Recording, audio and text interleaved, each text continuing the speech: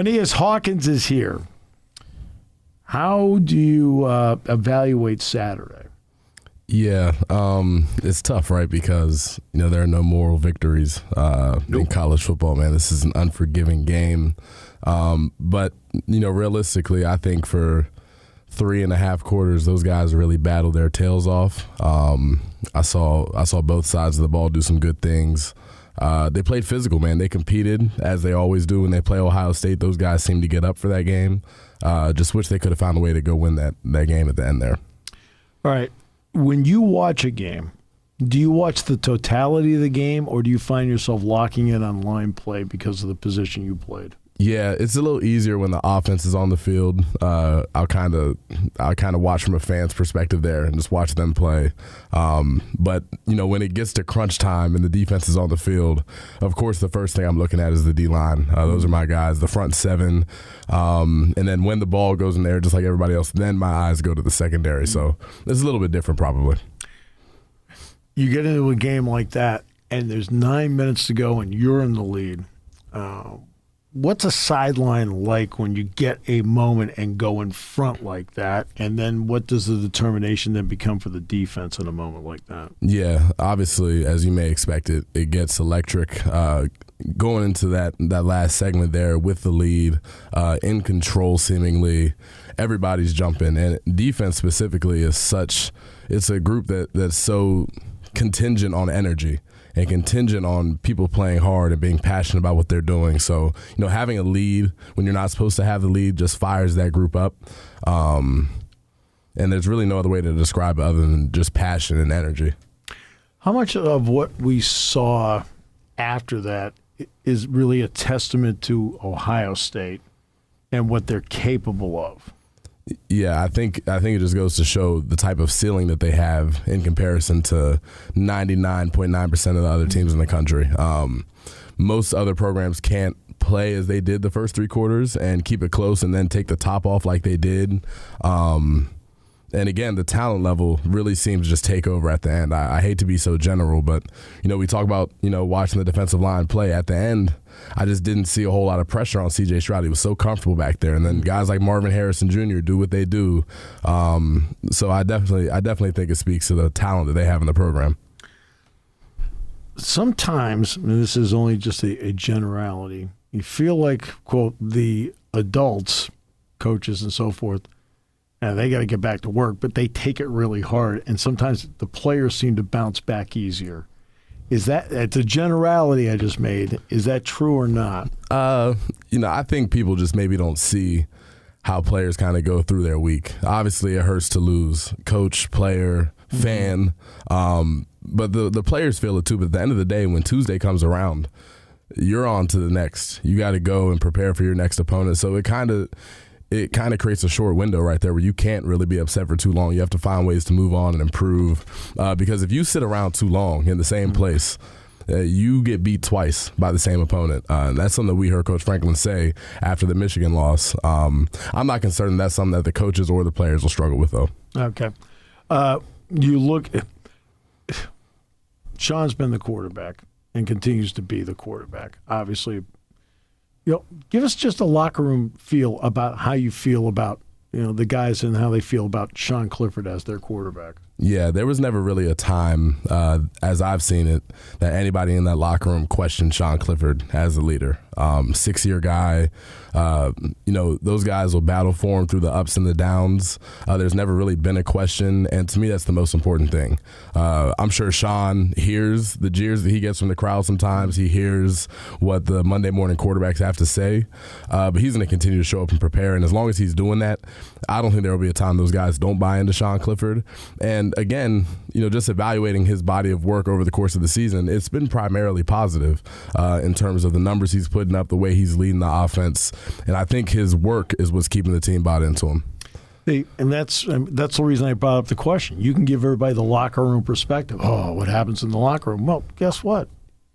His guys support him, and he supports them. I'll also say, just from a fan's perspective, I would assume it's easier to evaluate bad quarterback play when you see it. It's so apparent when you throw a bad interception, when you turn the ball over.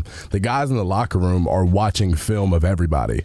it's not just Sean Clifford who had a tough performance on Saturday at the end. There were other players who got beat in times that it counted. So I don't think players hyperfixate on just one person, and they kind of see the total picture more so than a fan may be able to. Because you're getting your own report card. No doubt. And you are worried about your own report card. I mean, over and over again, you worry about your own report card. Yep. No question about that. You get into a game like Saturday coming up, pace is going to be critical in this. So how do you need to approach it when you know their team wants to go fast as opposed to Iowa, which just, that's okay, we'll huddle up here, we're good. Yeah. Well, I mean, tempo is the great equalizer on the field because when the offense is going fast, if you get caught on your heels, number one, they can go score quick. Number two, everybody's exhausted, right? The key to beating a tempo offense is to go in with a plan specifically for tempo. I know Brent Pry used to do it. I'm sure Manny Diaz is doing the same thing where we would go in with what we call tempo calls. That way, if they do go fast, there's no sense of panic by the defense. They look right over to the sideline. There's like a sheet of 6 or 7 calls that they may get, and they get lined back up and go play ball again. But if you get caught without a plan against a tempo offense, that's when it gets tough. Now let's get to number 3. Okay. Number 3 is you get a 3 and out, and you're off the field in 45 seconds. Get off quick, man. You keep your legs fresh. I mean, that's why you look at Indiana's numbers. They're averaging 24 minutes of possession a game, the opponent 36. That's part of what we're talking about here. That is very much what we're talking about. And I think, the other side of it is Penn State's offense can adjust if need be. I think it's going to be really important to get the run game going where possible because then you can kind of control that clock and you can kind of get your defense some extra rest where you see that they need it. That's where, again, Coach Franklin always harps on all 3 phases of the game playing together. That's one area that you can see it. Penn State has gone into dramatic atmospheres over and over again this season. Blackout at Purdue, orange out at Auburn, maize out at Michigan. That's not this. Right. With all due respect to the fine people in Bloomington, the ones that show up at the games really want to be there. But that's not this. What does it take to generate your own juice when you don't have maybe as much juice in the stadium? Yeah, that's a great question. It's easy to get caught up in the emotional roller coaster of a season. And this is on the bottom of the list of games to be excited about on the outside looking in. You have to keep it about your goals and your big goals that you have. Obviously, we want to know is the focus, but at this point, this team is playing for the potential to go play in a New Year's 6 game and to finish with 2 losses. So you have to keep it about that. It's tough because there aren't going to be a bunch of fans in there. It's not going to be a super hostile environment. And it can be easy to kind of let your guard down. And those are the games you have to be careful about realistically. Coach Franklin always says it's our 150 versus however many show up. He does a good job of getting players geared up for games that they aren't naturally geared up for. So right. I think they'll be fine with that. Right. I just sometimes you go in there, it's like, okay, like take Michigan. Joey Porter Jr. could not hear, no matter what all of you think out there, because I talked to Joey about it. Okay, so he says, Steve, honest to goodness, I never heard the whistle. Yeah. There's 111,000 people there. Yeah, I can assure you, in Indiana, with all due respect to again their crowd that wants to be there. Yep. He'll be able to hear the whistle. He'll hear the whistle. Right. And that's the difference, which means you have to generate your own emotional juice of like, yeah, it's us against them. It's us against, well, I can't really hear you. Right. And I think that generating your own juice, where does the personal pride part come in to allow you to generate your own juice, going back to the report card statement we talked about? Yeah, no doubt. I mean, at the end of the day, that film's going to get evaluated one way or the other. Every rep counts. There are no games off. And for a lot of those guys, they're in the mindset of, okay, this is film that NFL scouts are going to be evaluating too. Mm-hmm. So there really is not a time that personal pride can't take over. Every clip matters. But again, I think the biggest thing just comes down to the goals that you set for yourself and for the team of the season and keeping that at the front of your mind. Because really, if you do that, then it doesn't matter who you're playing. You get the same product every time. That's what the best players can do, and they find ways to be consistent even when a stadium is flat, even when the game seems insignificant. What kind of role can the offense play in a game where the other team wants to play tempo? Yeah, like I said, running that ball when they need to keep their defense off the field. Now, if they're getting a bunch of three and outs and it doesn't matter, then cool. Yeah. Go hammer them. Throw that ball around, air raid, do whatever you got to do.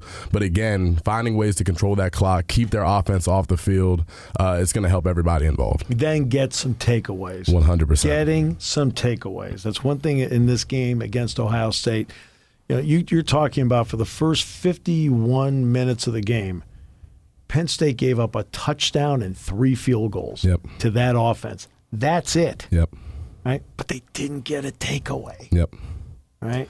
It's like, that was It's so crucial, man. It's so. I think Saturday is like the perfect case of this is why you take care of the football, and this is why you have to go take it away, because they truly, those turnovers, man, they completely change the course of a game. My friend, thanks so much. Great to have you here and your perspective. Thank you for having me, brother.